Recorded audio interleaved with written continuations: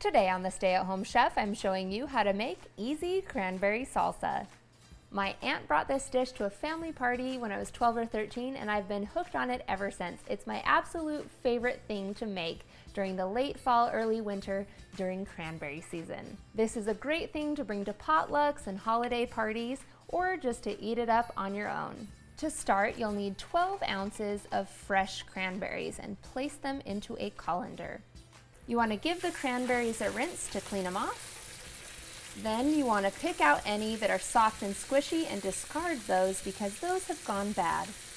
Then I'm going to place these into the bowl of the food processor. If you don't have a food processor, you can always chop them up by hand. This just makes it much easier, along with 2 jalapeños. Then I'm going to pulse these until they're finely chopped, but not so finely chopped that they're mushy. You're looking for a fine mince. Then we're going to transfer this all to a mixing bowl.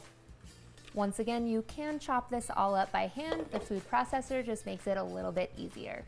Now, cranberries are super tart, so you'll want to add on half a cup of sugar, or you can try using a sugar replacement. Then you'll need 2 tablespoons of lemon juice, which is about half of a lemon. We'll pour that in.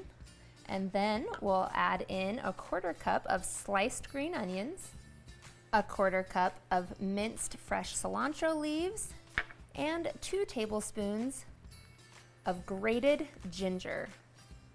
Then we'll stir this all together until everything is evenly distributed.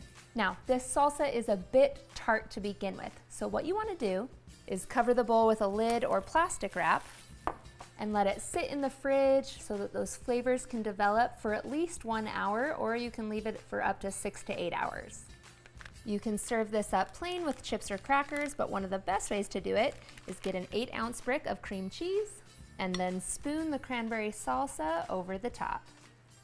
You get a bite of that cream cheese with that cranberry salsa, and it's a little piece of heaven.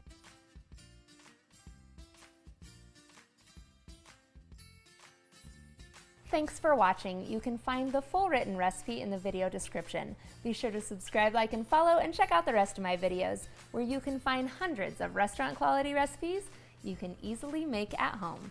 See you later.